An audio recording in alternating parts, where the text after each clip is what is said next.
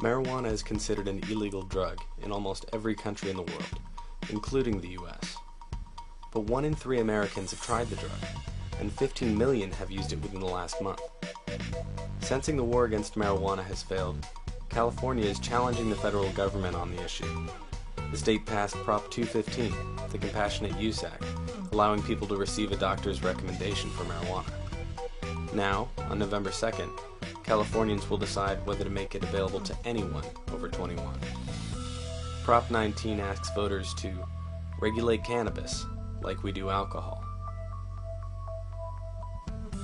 The issue has been debated endlessly in the papers in the weeks leading up to the election. But to find out more about the argument against Prop 19, I spoke with veteran narcotics officer Chief Gary Pennis. No one in their right mind would deny someone smoking marijuana if you have stage 4 cancer. 98% of the people that we deal with in law enforcement, they readily admit it's to get high, it's to get a buzz, and it's an excuse to have a card. And Prop 215 is so poorly written that we rarely find anyone that really complies with the law that are truly collectives or collaboratives. It's legalized dope dealing. Whether you're an advocate for Prop 19 or you're against it, it's poorly written. I think both sides can agree on that. Very similar with 215. It was poorly written, and it creates more confusion for the public, for law enforcement, for the courts, than it created any clarity. In my experiences since 215, since medical marijuana has come about 1 or 2% of the people are actually seeking marijuana because they have a problem that they feel it helps them with. I think it sets a precedent with younger people. Let's go back to 7th grade. Let's go back to 6th grade. Well, it's legal. It must be not that bad for you. It's probably okay. I think it's going to increase usage. Yes, I do.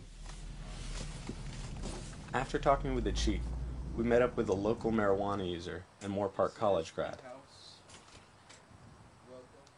Sean Contreras is a medical marijuana patient. He smokes regularly to help him with pain, anxiety, and depression.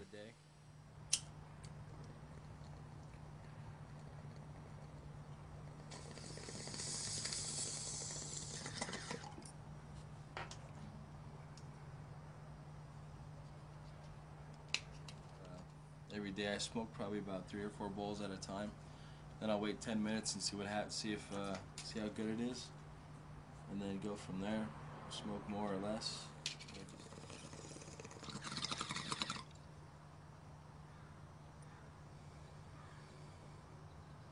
Yeah, Prop 19 is the newest thing. I'm like kind of two-sided about the whole thing. Not sure if I want it, but at the same time I do. Mainly because it gives you a larger area to grow in. It'll be decriminalized. I don't know about 21 and over. I think maybe because they're thinking in terms of alcohol. People shouldn't be drinking until they're 21, but you know where that ends up. Same with marijuana. Everybody does things early. If we do pass Prop 19, Marlboro, R.J. Reynolds, all the tobacco guys, they're on top of that one. If they have to start using chemicals like they do in tobacco just to get it to stay on the shelves longer, it's not really going to work out like they want it to. It won't be medicinal. It'll just be another tobacco, you know, which won't be good for anybody. We drove down to Newport Beach to speak with Judge Jim Gray, a big-time advocate for Prop 19, and asked him what he thought the new law would accomplish. The first thing is that we as taxpayers will literally save hundreds of millions of dollars that now we are spending in a futile effort to eradicate marijuana as well as prosecute and incarcerate nonviolent marijuana sellers. Number two, we could tax the silly stuff and generate revenue of, it's hard to say, but certainly hundreds of millions of dollars as well. So that's at least $1 billion, $1.5 billion of a budget shift. Number three, though, is the real reason, because it trumps the first two. And that would be, it will make marijuana less available for children than it is today. And we've already discussed it's easier for people under 21 to get marijuana than it is alcohol, because the people that are selling the marijuana don't ask for ID. Critics of Prop 19 contend that there would be sort of what you might call a liquor cabinet effect. If you have marijuana in the house, then it will be more available to children. There's no panacea here. I believe deeply, based upon my experience as a trial court judge and the rest, that we couldn't do it worse if we tried. Marijuana still is the largest cash crop in California. That implies that somebody is using it. That means it's already in their households. Gray also had concerns about big tobacco, but for a different reason. I do not want anybody to be able to advertise this.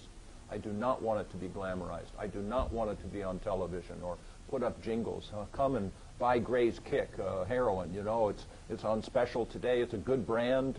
You know, we can get 6 hits for the price of 5. No. The answer to that is categorically not. I want to make it as unglamorous as I can, and that's a concern to me. All right, well, thank you very much for your time. Really. Okay, you're welcome. We met up with Sean again at a local dispensary. He wanted to show us how he gets his medication. And then what I do is when I come in, I have to bring my original prescription documents and my ID. I have to give that to them. For first-time patients, they'll give you this paperwork that you have to fill out. They also have to verify you, so they're going to call the doctor and verify that you are currently a patient and that you're in good standing and you're okay. And then they give me my stuff back, and then I go inside. And this is where they keep everything? Yes. This is the main room, the good room. I have to sign in. And so these are all the different kinds? Oh, yeah. If you look at the front.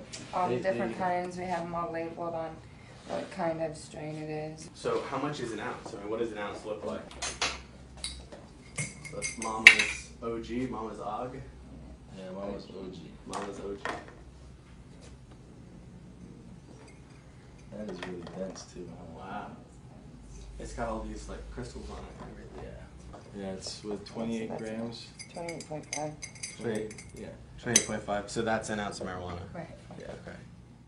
Alright, so that's what it looks like. After we left the dispensary, Sean told me how marijuana had helped him with alcoholism. It helps me have no desire for alcohol whatsoever, so. And since it's been almost 10 months now of not having a drink, I kind of feel like I don't want to have a drink at all, ever. But should anyone over 21 be allowed to have weed? It's really... There are good arguments on both sides of the Prop 19 debate. But tomorrow, your vote will decide what happens.